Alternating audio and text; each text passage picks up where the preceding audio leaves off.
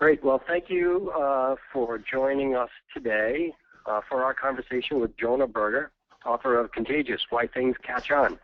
My name is Jim Williams. I'm the Vice President of Marketing for Influitive, and I'm really delighted to invite Jonah to join us for this webinar. If you haven't read the book, I encourage you to do so. I think it's already a classic in marketing, and that's supported by the fact that it's I think Jonah's first book, and it's already on the New York Times bestseller list. It's been covered by a number of national and international media outlets, so it's really making quite a stir. And I think it's just a great topic that very much is in line with the business that Influitive is in. That's why we sponsored it. So I'm going to give a quick introduction and then hand off to Jonah. You came here to listen to him talk a little bit about the research behind his book and his findings. But before I do that, we should go through the basics. So if you could just move to the next slide there. As I said, Jim Williams, I'm the Vice President of Marketing in Influitive. And I've been here at the company for about 8 months now. I think we're doing some very interesting stuff in the field of advocate marketing. And that's how I came across Jonah's book. It was handed to me by our CEO, said, you really have to read this. It really is the codes to unlock viral marketing. And, you know, ever since I was in marketing, we tried to figure out how to make things go viral, and always came up a little shy. So the book is a very interesting approach. Jonah, of course, is the assistant professor of marketing at the Wharton School at the University of Pennsylvania. He's published dozens of articles in top-tier academic journals and in popular national news media like the New York Times, Wall Street Journal, Washington Post. His research was featured in the New York Times annual Year in Ideas issue, and he's been given a number of awards for scholarship and teaching. As I said, Contagious is his first book, and that's what we'll be discussing on today's webinar. Next slide, please. Just some of the basic housekeeping. If you're on and you're hearing me, you probably figured out the first point. But if you have any problem, switch over. You can dial in using a telephone instead of the mic and speakers if you have any audio quality issues. We will be encouraging questions from the audience. In fact, we're encouraging so much that if you submit a question to us and we choose to address it on the webinar, we will send you a free signed copy of Jonah's book. 2 ways to do that. Submit your question in the GoToWebinar panel on the right-hand side. You see a little screenshot there. Just type it in, and we'll get to it. Or you can do it via hashtag on Twitter, JonahChat. We will make a recording available after this that you can share with your colleagues, friends, family, loved ones, etc. And at the bottom of the slide, you'll see some handles or Twitter that you can use. And if you're tweeting, we encourage you to do that, as well as the hashtag JonahChat, again, that you can use during the presentation. Next slide, please. So why is Influitive sponsoring this webinar with Jonah? Well, as I said, we're in the business of advocate marketing, meaning we have a software platform that helps B2B marketers mobilize their fans, advocates, evangelists, partners, employees, customers, etc., to go and share the good word about their products and services. And getting people to share that good word involves a lot of psychology. Right? We can define advocate marketing as spreading through social media, but not necessarily social media. It could be word of mouth. It could be direct conversation. Your positive experience with products and services. And why do people do that? After all, this is their day job. It's not like they're sharing some story about their family. They do that based on a lot of psychology, right? Things like fulfillment, reciprocity. People do that because they want something back. Maybe it's career movement or recognition. They do it because they're loyal to a product or service that's made a difference for them. They do it to validate their own experiences with the product. And as I said, they do it for recognition. They do it to move forward in their career, to be recognized as an innovative thinker. And because so much of this is based on psychology, it seemed to me only appropriate to go to someone that's been focused on psychology of marketing, and more specifically on why fundamentally we decide to share or not share ideas, the principles of viral marketing. So with that, I'm going to go ahead and turn it over to Jonah and sit back and enjoy his presentation with the rest of you. Great. Well, thank you so much, Jim, and the rest of the team at Influitive for having me. And I want to start off today with a very simple question. Here are 3 products or brands that everyone listening is probably quite familiar with. We have Walt Disney World, where dreams come true. We have Honey Nut Cheerios, the breakfast cereal that may cure your or help cure your cholesterol. And we have Scrubbing Bubbles, which is essentially a bathroom cleaner. Now, if you had to guess, which of these 3 brands do you think get more word of mouth? Is it Disney World, is it Cheerios, or is it Scrubbing Bubbles? I just opened up a poll. I'd like everyone to take a quick second here and vote if you think it's Disney World, if you think it's Cheerios, or you think it's Scrubbing Bubbles. It looks like we have about 50% of everyone's voted so far, so take one more second and cast your vote here. All right, so far we've got almost everybody in. We've got about 45% of people saying Disney World, about a third of people saying Scrubbing Bubbles, and about a third of people saying Cheerios. So I want to point out 2 things from this interesting poll. First, if we had to guess, we're not clear that we actually got it right. So actually, if you guessed Disney World, great guess, excellent guess, most popular guess, it's actually wrong. If you guessed Scrubbing Bubbles, very close, also wrong. It's actually Cheerios, the one that tied for the least number of votes. And so I think that points out an interesting question, which is why do some products and brands get more word of mouth than others? What about these products and brands make them more likely to be talked about, and how, by understanding the way that word of mouth works, can we get more people talking about our stuff? Word of mouth is great, it's extremely effective, but unless you can get people talking about your product or your service or your brand, it's not going to be very helpful to you. And so that brings us to the title slide today. As mentioned, my name is Jonah Berger. I'm a professor here at the Wharton School. And this talk I'm going to give you today is a short introduction to some of the principles I talk about in my recent book, Contagious. Unfortunately, we don't have time today to go through everything in the book, but I'll give you a little bit of a teaser for some of the information that's there. And then if you want to learn more, you can follow up later. And also, if you have any questions about the research that was in the book, or you want to learn about more what we've done in this space, all that work can be found at jonahberger.com. So to jump right in, I'm just going to start out with a quick quote here. None other than McKinsey has suggested that word of mouth generates more than twice the sales of paid advertising in a whole sort of categories. From online, where research finds that an extra 5-star review on Amazon leads to approximately 20 more books sold, to offline, where word of mouth about a restaurant leads to about $200 more over the lifespan of that restaurant. And it's not just B2C. The same thing happens in B2B. Word of mouth is the biggest driver of sales in B2B, and over 91% of B2B leads come from word of mouth. So it's clear that word of mouth is hugely effective in driving behavior. But the key question here is, well, then how do we get it? We know word of mouth works, but how do we make it work for us? And so many companies now have moved to thinking about social media, whether it's Facebook, whether it's Twitter, whether it's LinkedIn. And indeed, social media is a good way to drive word of mouth. But this brings us to our second poll, which is, if you had to guess, what percent of all word of mouth do you think is online? Is it 0 to 25%, 25 to 50%, 50 to 75%, or 75 to 100%? So what percent of all word of mouth is online? Things like Facebook, things like Twitter, things like online reviews and blogs. So I'll give you one more second here. It looks like we have about 50% of the folks voting.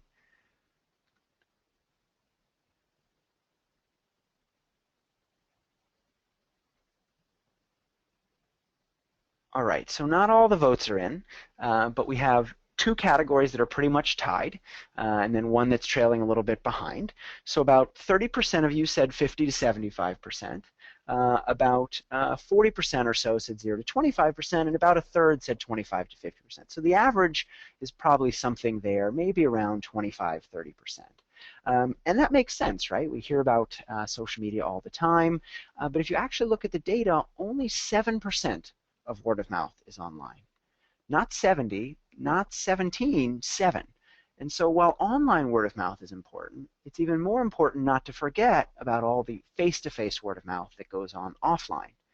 And secondly, by focusing so much on the technology, we've forgotten about the psychology, why people talk and share.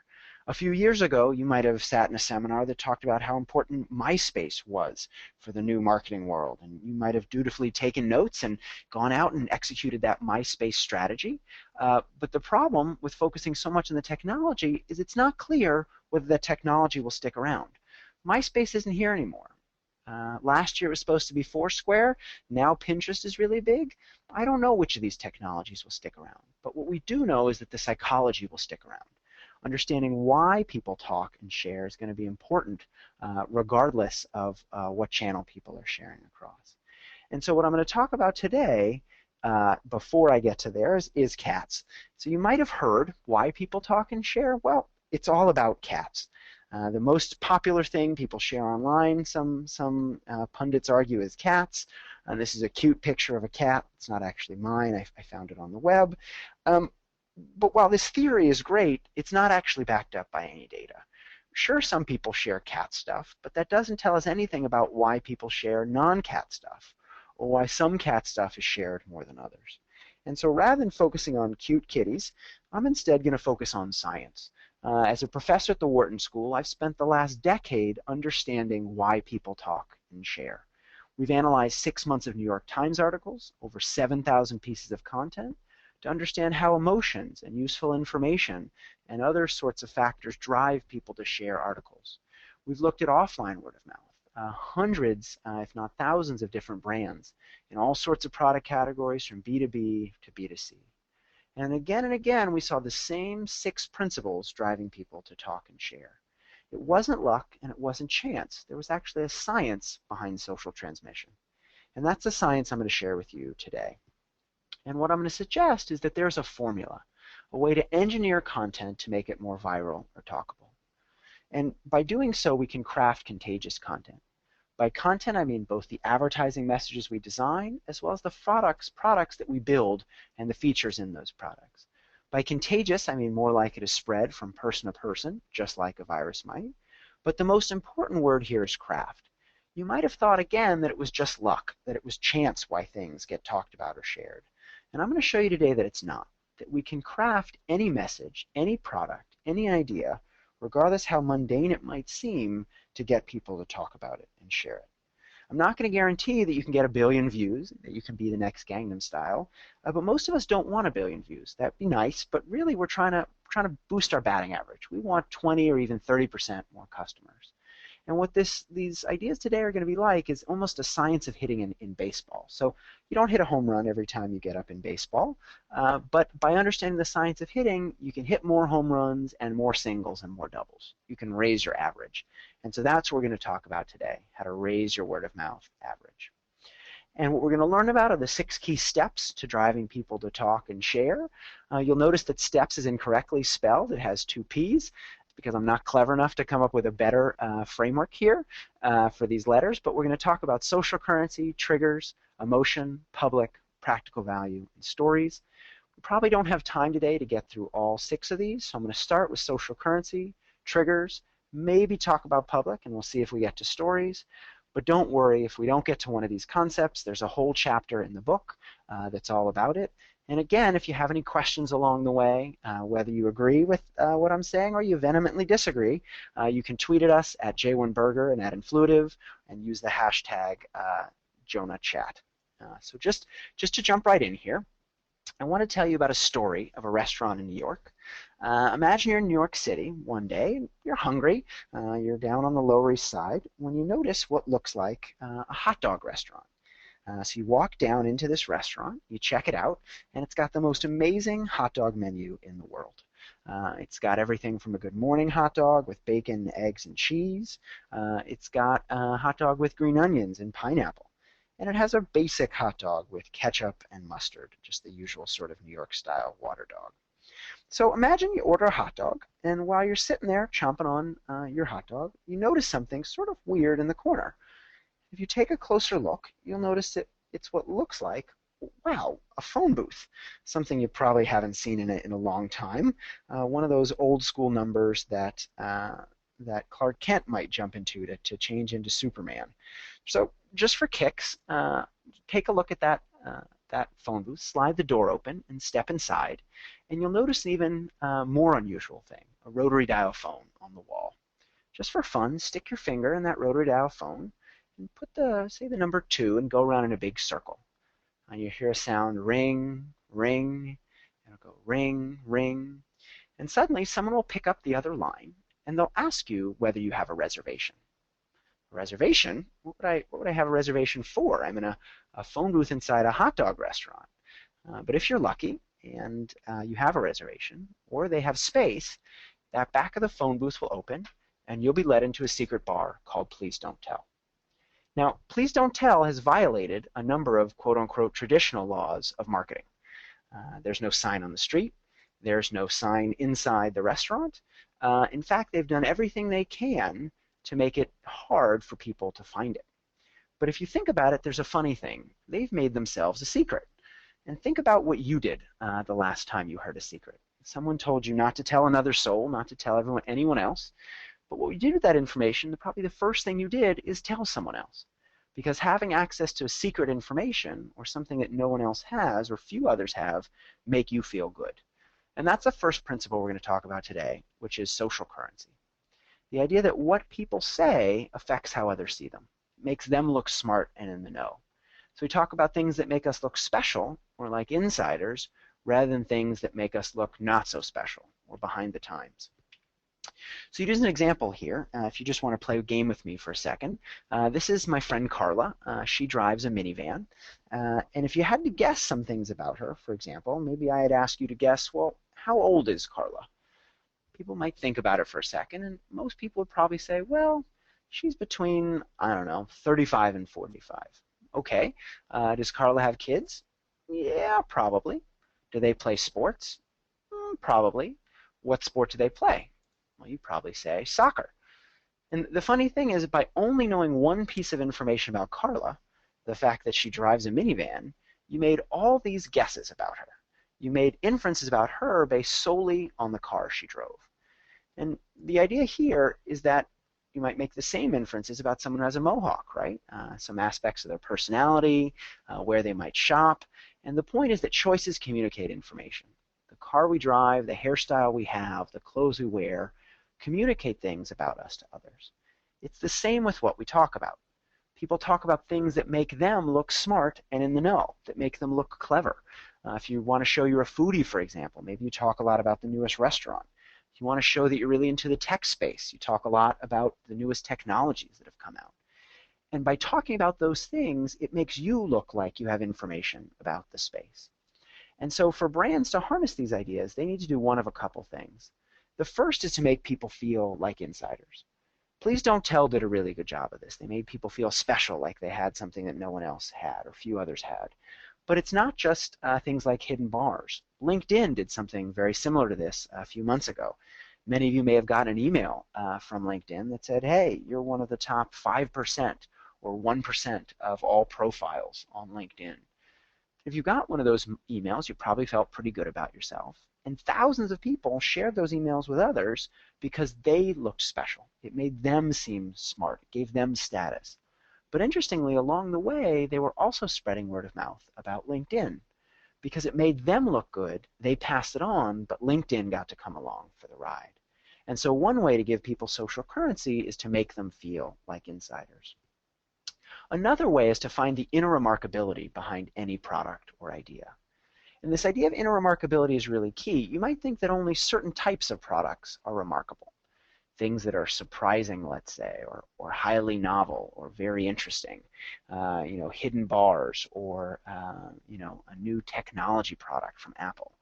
But the key of inner remarkability is realizing that any product can be made remarkable if you think about what makes it special or differentiated from others. So an example I often use here before I get to this one, many of you are probably familiar with Will It Blend? And if you think about it, well, you'd say nobody would watch a video about a blender. Who cares about a blender? What's remarkable about a blender? Nothing really, right? It sits on your counter. Yet Will It Blend was able to get hundreds of millions of views and was able to increase their sales by over 700% by figuring out the inner remarkability behind that blender, by showing things like an iPhone blending or other sorts of products and making it remarkable and allowing people to see how remarkable that product could be. And you can think about the same thing in the B2B space. So an example I really like here that many of you may be familiar with would be Gorilla Glass. So Gorilla Glass is made by Corning. It's a product that often goes in things like phones or other sorts of display devices. And there's a number of videos online where people try to break Gorilla Glass. They bash it with knives, they try to scratch it with keys, they throw things at it, all sorts of things. Yet it's interesting, it doesn't break, right? And you would say, well, who cares about the glass that goes on top of their phone? I've never even once looked at that glass or thought about it. But by figuring out what made it remarkable, the fact that it was unbreakable or very difficult to scratch, they got people to view that clip. And notice it's not even clear, by the way, that Gorilla Glass is the only product that is that scratch resistant. But by focusing on an attribute and showing that attribute in a remarkable way, they got thousands of people to talk about and share this product that is actually something they don't even think about in most of their daily lives. And so it isn't just a B2C application. You can also think about finding the inner remarkability in B2B. So that's a little bit about social currency. And some of you may have thought a little bit about social currency already. You may have realized some of the principles behind it. But the next one I'm going to talk about is a little more nuanced. And that's this idea of triggers. And so to think about triggers, I want to talk about a video many of us are probably very familiar with, which is this video by Rebecca Black called Friday. Now, if you haven't heard of Friday before, I'm going to play you just a quick clip. So take a quick listen.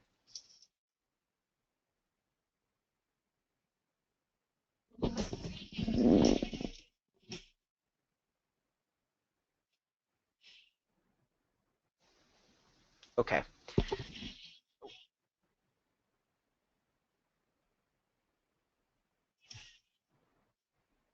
Okay. I found that about 15 seconds of that song is about how much people can stand. So this song was made by a 16-year-old girl. Her name was Rebecca Black. Her parents paid $4,000 to a company called Arc Music Factory to come up with a hit for her. They came up with a sort of overproduced number about the difficulties of teenage life, you know, those big dilemmas like getting up in the morning, figuring out what to wear for school, whether to sit in the front seat or the back seat of your friend's car, those big hefty things. The song came out. Many people panned the song. Lots of people said they hated it. Yet this song has over 300 million views. So while lots of people say they don't like it, something about it is making people watch and share. Over 300 million views is a huge number. So why? What made it so successful? Well, at the bottom of your screen, you'll notice something interesting. This is the search traffic for Rebecca Black. If you look at it, it's flat at the beginning, then it takes a little bit of a spike. It goes down again, then it has another spike. It goes down again, then another spike. If you look carefully, though, you'll notice that the spikes aren't random. They're every 7 days. And if you look even closer, you'll notice that they're every single Friday. Now, this song is equally bad every day of the week. It's bad on Monday, bad on Tuesday, bad on Wednesday, bad on Thursday, bad on Friday. I've checked. I've listened to it every single day of the week. But on Friday, it provides a ready reminder, what psychologists would call a trigger, to remind people to think about and to watch and to share her song. Because if something is top of mind, it's much more likely to be tip of tongue. If we're thinking about it, we're much more likely to purchase it or much more likely to share it. Let me give you another example of what I mean. So this is the Twitter traffic for Cheerios. And if you'll notice, there's a big spike, not surprisingly, in the morning. It shifted to the right a little bit on the weekend because people wake up later. People talk about Cheerios when they consume that product. This is not rocket science. Again, if something is top of mind, it's going to be much more likely to be tip of tongue. But the same thing happens even beyond product usage. So if I said peanut butter and, you might say, well, jelly. Or if I said rum and, you might suddenly think of Coke. The idea here is that peanut butter is like a little advertisement for jelly. Even though it's not actually present, because the two are often paired, one reminds you of the other. Peanut butter makes you think about and much more likely to then go purchase jelly. Michelob actually harnessed this idea a few years ago with their famous slogan, "Weekends are made for Michelob." They paired weekends with Michelob. The idea weekends would roll around, you'd be much more likely to think about the beer. Same thing with Corona and the beach. If you've ever gone on a beach vacation and tried not to order a Corona, it's really difficult, right? They own that space. They own the beach. They've done a really good job of owning that association. And so in thinking about how to apply this idea, here's another one I enjoy from the B2B space.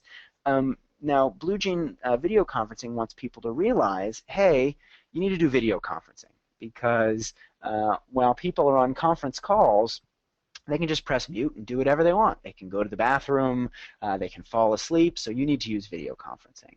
Now, they put out this campaign about stuff that happens on mute, doesn't happen on video. Lots of people sent in their favorite examples of what happened on mute. But now, every time you're in a conference call that doesn't have video conferencing and you're doing something funny, you might think, wow, that reminds me of BlueJean video conferencing, which might encourage you to go think about and purchase the brand.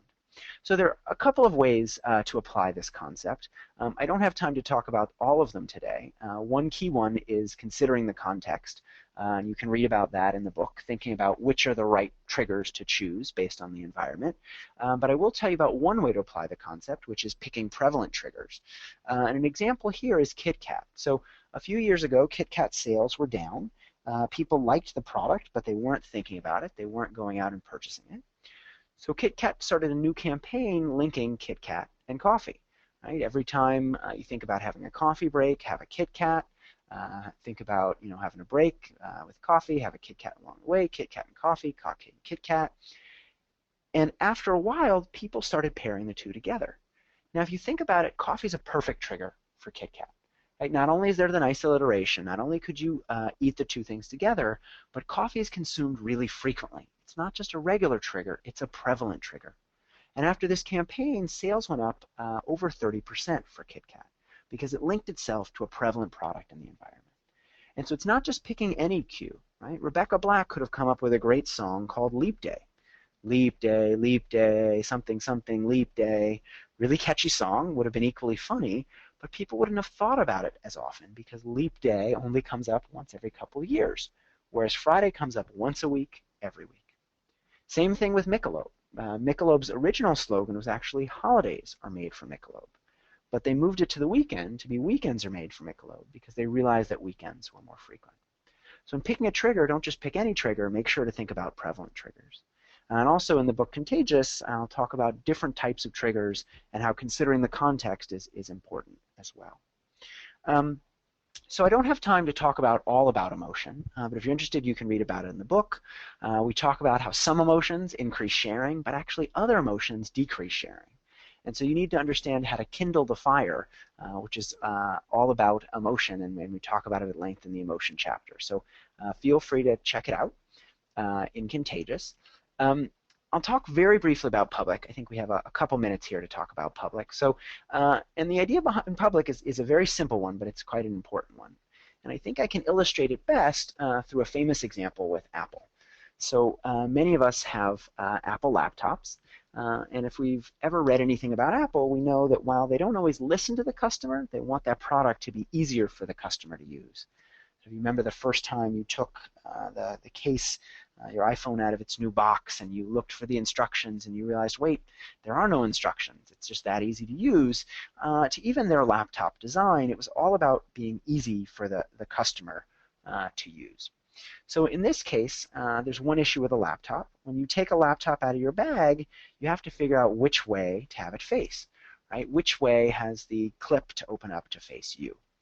So Apple had used their logo like the North Star.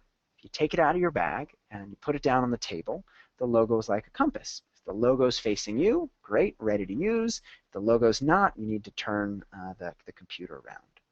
But if you think about it, there's one problem, one key issue when the logo faces you when it's closed. If you open it up, the logo's upside down when it faces everyone else. And if it's upside down, it's going to be harder for people to see. So Apple actually went ahead and flipped the logo. On your computer now, it actually faces away from you, but making it easier for other people to see because they realize this key concept of public. If something is built to show, it's built to grow. If other people can see what you're doing, they can imitate what you're doing. But if they can't see what you're doing, they can't imitate it. And so as you can read about in Contagious, it's all about making the private public. It's all about creating a way for people to see when someone is using your product or engaging in your idea. Everything from Movember to other companies have figured out how to advertise themselves and how to make the private public. So you can read more about it in Contagious. Practical value, don't think we have time for that today, but if you're interested, you can read about how a guy named Ken Craig got over 9 million views for a video about corn. So that's one of my favorite stories from the books. You can check that out. And you can also learn about the rule of 100, which is a way to frame deals and other information. So it's a way to frame the same deal and make it feel like a larger deal just by the way you frame it as a percentage or a dollar amount off. So you can read about the rule of 100 in Contagious. But last but not least, I want to talk about stories.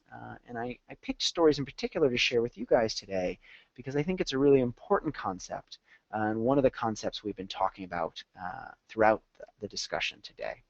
And so to think about stories, I want to talk about a famous old story, and that is the story of the Trojan horse. And we're probably all familiar with this story. It's an epic narrative. It was told by word of mouth, essentially, for thousands of years. It's about the Greeks versus the Trojans and this epic battle. And to finally win, the Greeks hide themselves in a wooden horse that the Trojans pull into the city. They end up winning. It's a very entertaining story. It's a fantastic story. Everyone really enjoys it. But if you notice, that story also has an underlying moral, an underlying thing that you're supposed to take away. For some of you folks that enjoy literature out there, you might remember that that moral is beware of Greeks bearing gifts, or beware of your enemies, particularly when they're being nice to you. Now, couldn't someone just have cut to the chase rather than told that elaborate story, that long narrative? Couldn't they just say, beware of your enemies? But what they realized is that stories are actually not just stories. Stories are often Trojan horses. They're often shells that carry something for the ride. In this case, a moral. And actually, many famous stories carry a moral. If you think about the Three Little Pigs, or you think about The Boy Who Cried Wolf, The Boy Who Cried Wolf is all about not lying, right? Think about that famous moral. The story is it's very entertaining, but it's also about not lying. Most stories carry something for the ride. And so the same thing applies when we think about brand stories or brand narratives. So someone could walk up to you and they could tell you, hey, did you know that Subway had 5 subs under 5 grams of fat? And if they told you that, you might say, okay, but you also might look at them like they're crazy. Why are you sharing that information with me? What is that relevant to my life? They wouldn't just pass on that information. But they might be willing to share a story about this guy, Jared. So Jared is now the Subway spokesman, but he originally became this way because of his fantastic story. He was in college. He was about over 400 pounds. He would pick his classes based on which ones had the largest seats and whether he could drive his car close to the door to get in. He was way obese. His roommate at the time was a nurse. He said, Jared, if you don't lose some weight, you're going to be in big trouble when you get older. So Jared happened to live near a Subway, and he started going on essentially a Subway diet. He'd eat a 6-inch sub for lunch and a foot long for dinner. He didn't lose weight right away, but suddenly, slowly but surely, the pounds started falling off. First 10, then 15, then 20, then 30, then 60, then 100. At the end of the day, he lost about 180 pounds by eating only Subway sandwiches, by mainly Subway sandwiches. He went from that huge pant size you see there to a much more normal 34-inch waist. Now, that's a really entertaining story. That might be a story, if you heard it, you might pass on. This guy lost all this weight eating Subway. That's amazing. But it's not just an entertaining narrative. Think about what you learned about Subway while I was telling you that story. You actually learned most of the information on the other side of your screen.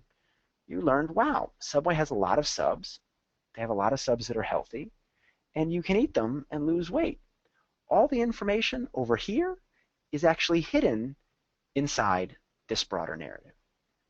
The Jared story is a Trojan horse story for Subway. Yep, it's an entertaining story, but along the way, the brand or the benefit comes along for the ride. And so the key here, the key takeaway is to build a Trojan horse story, not just a narrative that carries your brand or your benefit. And so my favorite example of this, and my closer here, and then I'll wrap up, is from an Egyptian company called Panda Cheese. I'm going to show you their video and check out a couple of their ads here. Can I make you a cheese sandwich? No, I'm not hungry.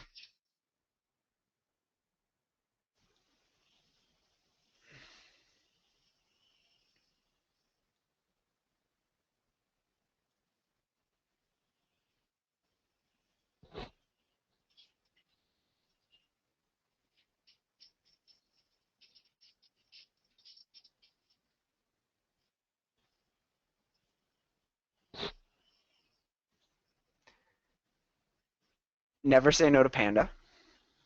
Good morning, good morning. I got you panda cheese for breakfast. No thanks, I don't feel well.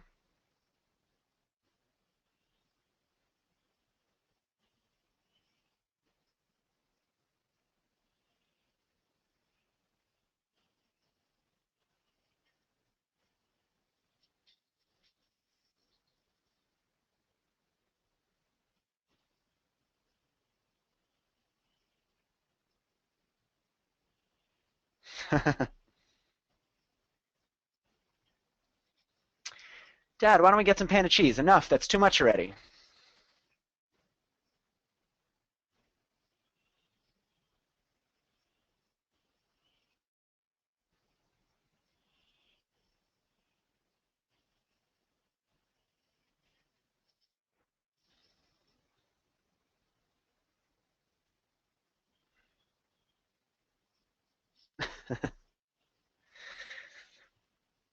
Never say no to panda. And last but not least, Daddy, why don't we get some panda?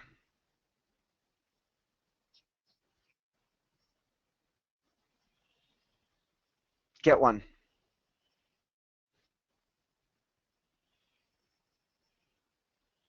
Get one more.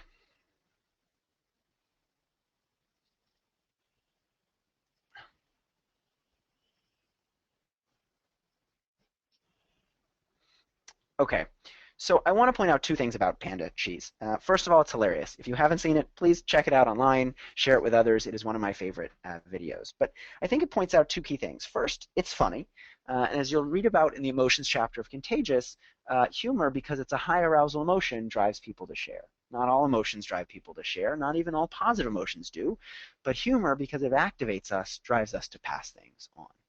But the second point is actually more important. This video would be equally funny if it was a giraffe in a suit, if it was a guy in a dolphin suit, or if it was Joe's used cars. People in suits tipping over grocery carts is hilarious. It's just funny stuff. But it's a great example for this talk because you can't tell this story. I challenge you to tell this story to someone else without using the word panda. Panda is an integral detail of the narrative, which is exactly the brand that they want you to remember. And so the key is not just creating an exciting story or a great piece of content. At the end of the day, you don't just want virality, you want valuable virality. You want that brand to be part of the narrative, the benefit to be part of the narrative. And so create a story, a Trojan horse story, that carries your brand along for the ride. So just to wrap up, there are 6 key steps to word of mouth. We talked about social currency, and I gave you some ways to apply it, though there are more in the book. We talked about triggers and how if something is top of mind, it'll be tip of tongue. And there's some more great examples. We didn't get a chance to talk about emotion, public, or practical value, but you can read about each of those in more detail in the book. You'll learn about how to frame discounts to make them more effective, and how by making the private public, you can get your idea to spread even if people never talk about it. And finally, we wrapped up with stories. And the story idea is really key here. The notion is you don't just want to create any story, you want to create a vessel that carries your brand or your benefit along for the ride. By creating a Trojan horse story, you can get people to talk and share and build your own brand along the way. So thank you very much. I hope you enjoyed this part of the webinar. I think now we're going to take a few different questions. But again, feel free to share questions with me at J1Berger. You can find all of the research that is in the book at jonahberger.com. And if you're interested, you can also find a workbook there that will help you apply the ideas from the book. It's totally free and it's under the resources tab. So thanks for listening so far. And I think Jim will now lead us in some question and answers.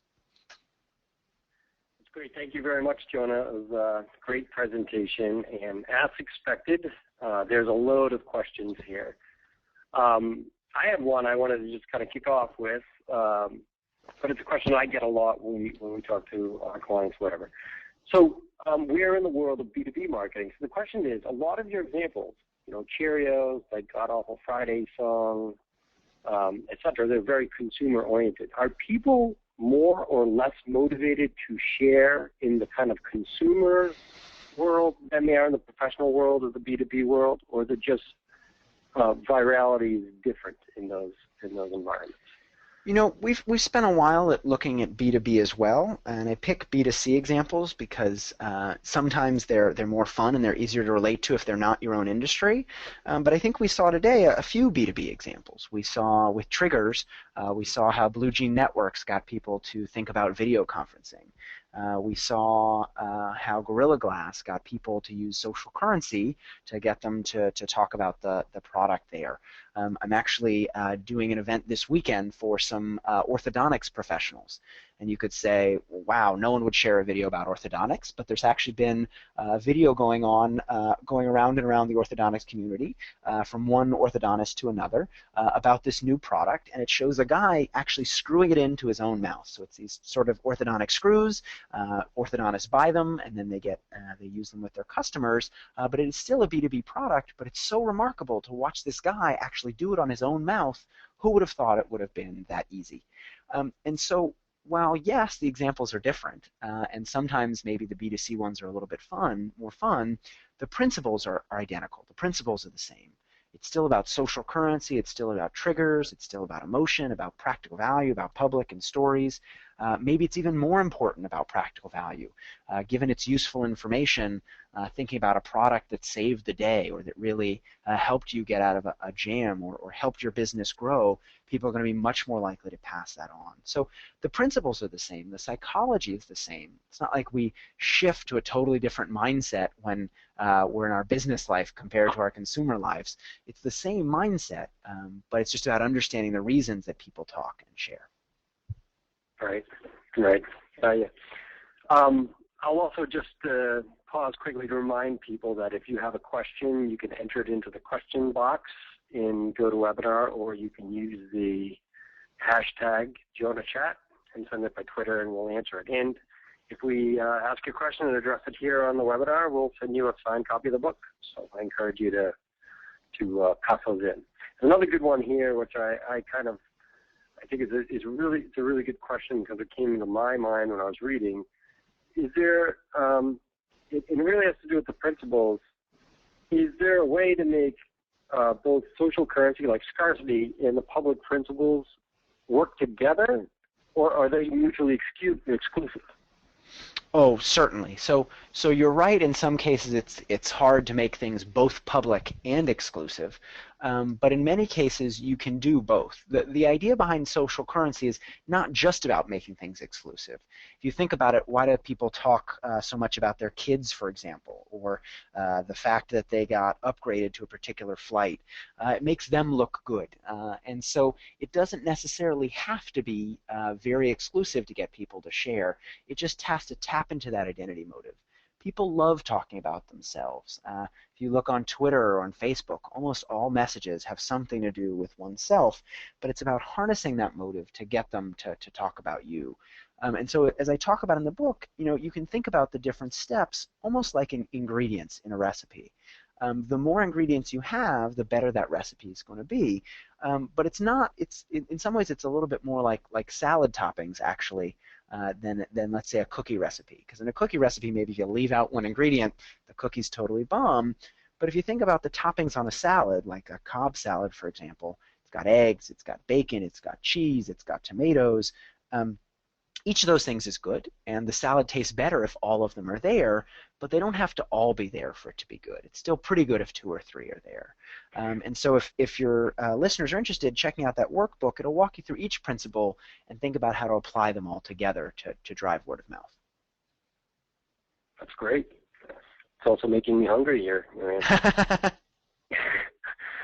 This is a really good one. We get this all the time. We talk about the idea of promotion or advocacy, and sometimes people fear that you open the floodgates and negative advocacy or bad advocacy, as we call it, can outweigh the positive. So do you see that? Is Contagious principles more likely to work with positive messaging or with negative?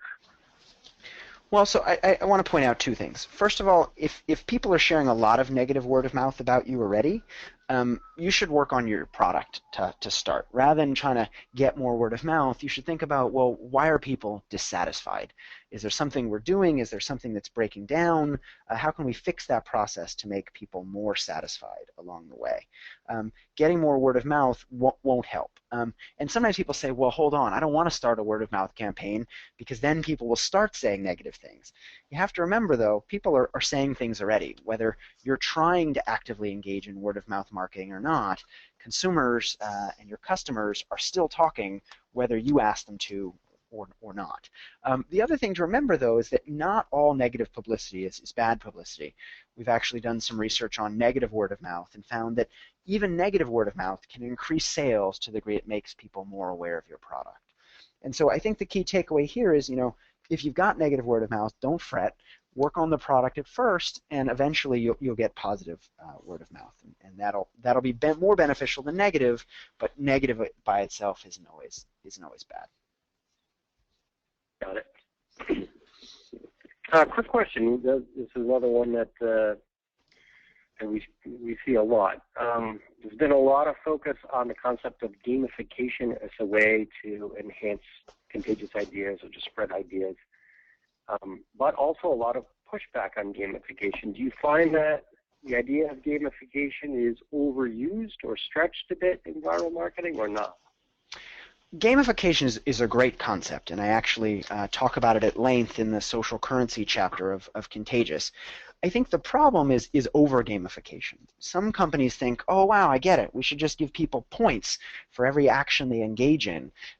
But if those points aren't useful for anything, if it's just a game without really understanding the psychology of games, it's not going to be very effective. And so I talk about in the book some ways to do better gamification and really understand how these things motivate people. Good programs use the fact of intrinsic motivation to get people to do things because they want to do those things to begin with. If you think about, for me, for example, I recently started playing fantasy football. I don't actually play for money, but I spend hours, building my team and finding new players and all these different things. Why? Because I naturally want to win. It's not like there's some extrinsic reward there. I'll even do it for intrinsic motivation. And so gamification can be great if you understand what motivates people. It's really about building a good system rather than just building a system. Because just building a system can be worse than not building one at all. Got it. Oh, I wish you luck with your fantasy league this year. Certainly more luck than the Eagles. Definitely. Here's a great question from Twitter. Obviously, a lot of people on here that have read your book. Can you list a couple of stories, one or two great stories you've discovered since publishing your book? I come across great stories often. I think the LinkedIn one is one I came across recently that I think is just a perfect example, as we talked about, of social currency. And I think they've really figured out, if you look at the design of their site to talk about gamification, they've done a really good job of gamifying it without you even realizing it. If you look on there, there are the number of people that have looked at your profile in the last 24 hours, and the number of people have done this, and each metric makes you want to check in again and again to see how you're doing. Twitter's done the same thing with that count of how many followers you have or what's going on there. And so I think there's always great examples that we see of this in the field of learning why people are sharing and what it's doing well. I think the companies that understand these concepts are better off than others. And I think if you look, even companies like LinkedIn and others are trying to move from something where a service that people only use some of the time to ones they use more often. Great. I have another question that is really interesting. Have the steps, principles been studied, or have you seen them used effectively when the thing, the brand, the idea is a person rather than a product or service? I think the principles are similar when the person is the brand. We often think about brands as totally dissociated from people. But actually, research finds that we relate to brands similarly to how we relate to individuals. We have relationships with brands. We may see brands as friends or as helpers or as enablers, and we do the same things with other people. And so really, if you're trying to build your own brand, whether it's say on Twitter or whether it's as a service provider, you're really, you are your company. It's about understanding these underlying motives. How can you make people look good by talking about you? How can you generate emotional stories that'll get people fired up and make them more likely to take action? How can you create useful information that they talk about and will make them look good by sharing, but also helps you along the way? So the ideas are very similar, but it's about understanding those drivers of word of mouth. Very good. And on a word of mouth campaign, I mean, how do you measure success? Is it really just number of clicks or shares or video views or whatever? Have you seen other ways to measure the impact that get closer to, say, business results? Definitely, and some of the examples that I've talked about today, we know the business results. So we know, how much the sales of KitKat went up after their campaign. We know how well Blendtec did after they made those videos. Other times it's harder to measure. Just like advertising, the impact of advertising is hard to measure. Can we attribute, a given sale to an advertisement or not? But there are ways to measure it if we care. For example, we can have unique links that people get, that we can count the number of click-throughs that come through those links, so we can see who someone came through. We can create other sorts of programs, or when a new client joins, we get a new customer, we say, well, what existing customer did you hear about us from? So there are ways to measure those things, but it depends on the dimensions that you care about. You may care about sales, and that's obviously a very important dimension. You may care about brand perception, the positivity or negativity of word of mouth. Maybe you don't just want to know, well, how much people are talking about us, but what are they saying? And there's some great tools out there. You can use Google Trends and others to see what the volume is over time or what the valence of those mentions are. You can even use social media data to understand what people are saying. Almost rather than an influence tool, people forget that social media can be a market research tool. It can allow us to collect information, understand, well, what do people like about us, and what should we be fixing? And so don't only use it as an outward tool, also as an inbound collection tool. But I think the most important thing here, and viral is important, but more important than that is to turn customers into advocates, to think about how we can get the people that already like our products or ideas, how can we get them to talk to one more, to two more, to three more people? Because that's really the key. For most companies, sure, it'd be great to get a 10 million view video, but you don't need that. For the orthodontics example I used, that's gotten 20,000 shares. That doesn't seem like a lot, but that's a lot of orthodontic professionals. That's a large percentage of the folks that are in that area that would use that product. And so for you as a B2B service provider, if that's the area you're in, it's about getting those customers to become advocates, to get them to spread the word, whether it goes viral or not. That's great. That's great. So just last question on this, because it plays right into that answer, and I was also shocked when I read this. So if only 7% of word-of-mouth marketing is done in social media or on the web, where is the rest of it being done, and how can marketers, especially B2B marketers, effectively or in a scalable way tap into that? It's an amazing statistic, one of the most surprising things I learned in the course of doing this book. We think it's all about online because we see the online, but think about what we do the rest of the day. By some estimates, Americans on average spend between 2 and 2.5 hours online, but think about how many hours we spend offline. Think about the things we do while we're offline. We have breakfast with our families. We have lunch with our colleagues at work. We have go grab a beer after work with our friends, or watch a game, or have a drink at the local bar. In those situations, we share face-to-face word of mouth. Face-to-face word of mouth is the biggest bucket. I believe it's somewhere in the neighborhood of 75 to 80%. There is some phone, there is some text, but most of it is face-to-face. And so the key here is yes, if you can, track it, but more importantly, by understanding the science behind word of mouth. We've looked at both online and offline. We've got all the data from a company called BuzzAgent, which does hundreds of word of mouth marketing campaigns. We've used all the data from a company called Keller Fay Group that does surveys, diary studies of hundreds of thousands of Americans every year to understand what they talk about, both online and off. And again, we've seen these same sick principles. It's not luck and it's not chance.